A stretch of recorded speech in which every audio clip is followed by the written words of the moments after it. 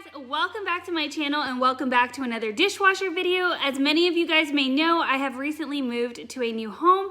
My last dishwasher was a GE model. My new dishwasher is a Whirlpool model. So I am making videos and taking you through all the tips and tricks as I find them out navigating my Whirlpool dishwasher. In today's video, I'm going to show you how to drain your Whirlpool dishwasher if it is ever filled with water. So here we go.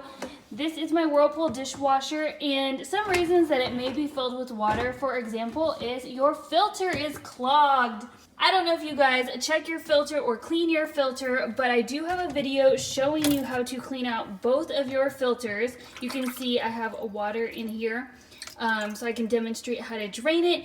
I'm sure you don't want to scoop this out or spoon this out, so there must be an easier way to do it. Yes? Yes. So the first thing that you're going to want to do is, you are going to want to clean out your filter, which I apparently need to do. That does not look great.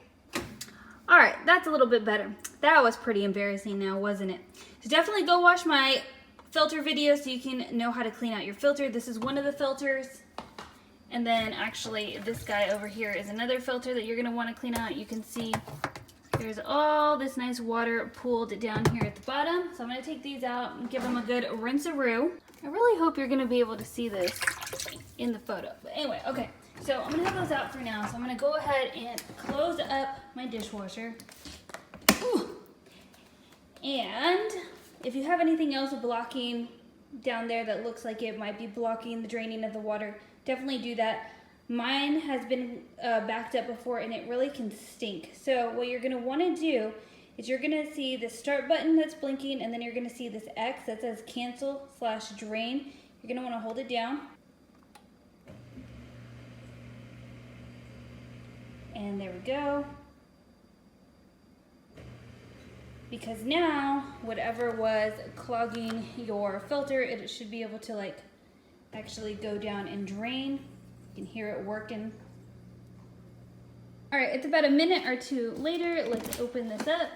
The red light is off. And, let me get back in here. You can see the water is gone. So now what you're gonna wanna do,